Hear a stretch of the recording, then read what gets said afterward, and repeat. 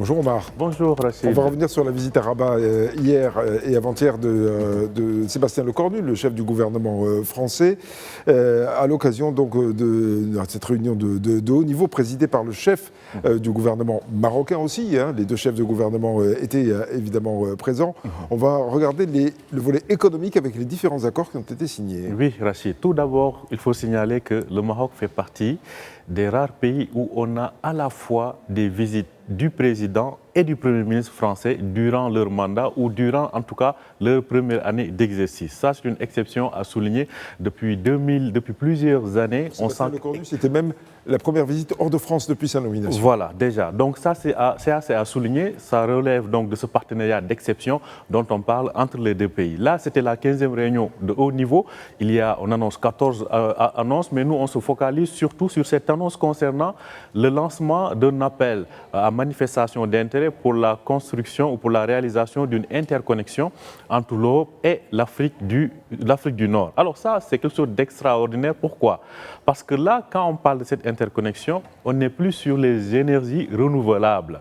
Parce qu'habituellement, qu'est-ce qu'on voit? C'est que les flux d'énergie sont soit le gaz, ou le pétrole qui part du sud vers le nord. Mais là, ça va être plus quelque chose qui va produire de l'électricité à partir du renouvelable. Et que le Maroc est déjà un pays engagé depuis plusieurs années sur ce créneau du renouvelable. Ce qui fait qu'en fait, ça va changer l'équilibre des forces parce que le Maroc est déjà investi sur ce créneau depuis des années. Donc là, le défi sera de placer suffisamment d'entreprises marocaines, de placer l'ensemble des écosystèmes électriques et industriels marocains dans ce schéma pour pouvoir tirer profit de cette nouvelle donne. C'est une nouvelle donne qui va radicalement changer les rapports de force parce que l'électricité produite à partir du renouvelable, eh bien, c'est quelque chose dont on dispose au Maroc. Ce n'est pas que du gaz ou bien du pétrole qui est exporté, mais c'est un savoir-faire industriel qui est nouveau. Et vu aujourd'hui les règles en termes de taxe carbone ou bien en termes de production d'électricité propre dans les pays de l'Union européenne, on peut dire que le Maroc a déjà une longueur d'avance par rapport à ces projets. Donc l'enjeu et le défi sera de placer suffisamment d'entreprises marocaines qui pourront être des acteurs qui fourniront donc cette production d'électricité à leurs homologues du Nord. Oui, alors parmi les autres événements, si j'ose dire, de cette visite de Sébastien Lecornu à Rabat, il y a l'évocation du futur traité qui sera signé normalement à l'automne prochain entre le Maroc et la France. Alors c'est un traité qui est non seulement inédit, en tout cas pour la France, c'est la première fois que c'est un pays hors Union européenne qui est concerné, et on parle même d'un traité hors norme. Oui, ce sont les termes du Premier ministre français. Alors ce traité, nous on se focalise sur le plan économique, on sait que ça doit normalement englober l'ensemble des secteurs de la coopération, la défense, entre autres la coopération culturelle, etc. Mais pour ce qui est du volet économique, eh bien, on va dire qu'aujourd'hui, le Maroc va aller au rythme de l'évolution des pays de ses partenaires du Nord. Pourquoi? Parce qu'en 2022, on se rappelle, l'Espagne est venue signer une feuille de route avec le Maroc. On se rappelle et que cette feuille de route, selon les deux parties, évolue plutôt dans le bon sens. En tout cas, les objectifs sont en train d'être réalisés. Aujourd'hui, c'est avec la France qu'on va signer, en tout cas que le Maroc va signer cette feuille ce traité inédit.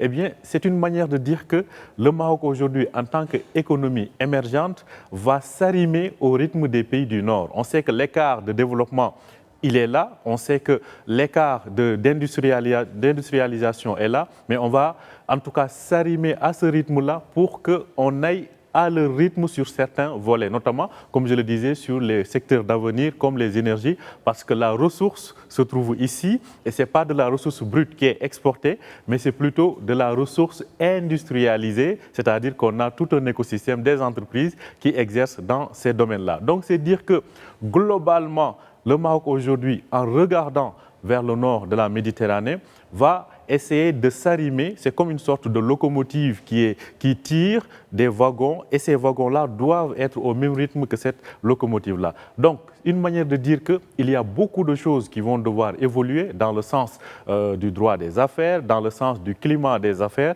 mais aussi en termes d'attractivité des investissements. Donc ça, c'est l'enjeu pour le Maroc aujourd'hui, c'est faire en sorte aussi que l'écosystème industriel ici soit prêt à aller au même rythme donc que ses homologues du Nord. Oui, alors ce réchauffement, ce partenariat et cette fraternité exprimée entre le Maroc et la France suscite aussi pas mal de commentaires, attirent l'attention, en tout cas en Afrique subsaharienne. Oui, parce qu'on a vu pas mal de vidéos bien évidemment partagées, surtout quand on parle d'aller ensemble en Afrique. Ce n'est pas la première fois qu'on le dise. On se rappelle qu'en 2013, lors de la visite à l'époque du président François Hollande au Maroc, c'était les mêmes expressions qui étaient utilisées, c'est-à-dire faire un partenariat pour aller ensemble en Afrique. Alors, du côté de l'Afrique subsaharienne, c'est une expression qui gêne un peu. Il faut dire les choses telles quelles.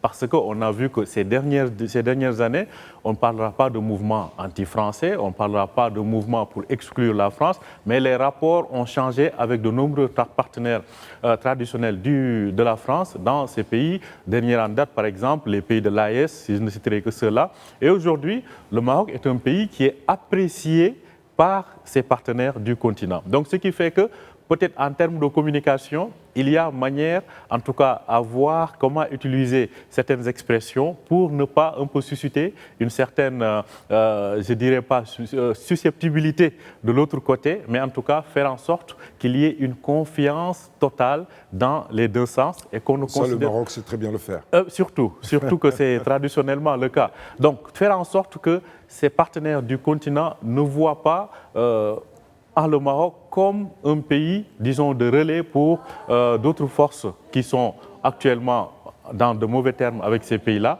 afin de ne pas en faire une sorte de porte d'entrée. Donc là, et je pense, comme vous l'avez dit, le Maroc sait le faire. Donc il faut soigner davantage ce volet communication envers ces partenaires-là pour qu'ils se sentent qu'ils sont en affaires ou bien ils traitent directement avec un pays, bien évidemment souverain dans ses approches et souverain dans ses choix, pour avoir un partenariat sud-sud, gagnant-gagnant, qui est dénué, disons, de toute exploitation d'une tierce partie. C'est là aujourd'hui l'intérêt et je pense que de mon point de vue, c'est une question de communication, c'est une question d'approche dans donc, le choix des termes et des expressions. Merci beaucoup, Mar Baldé. C'était la Story Echo.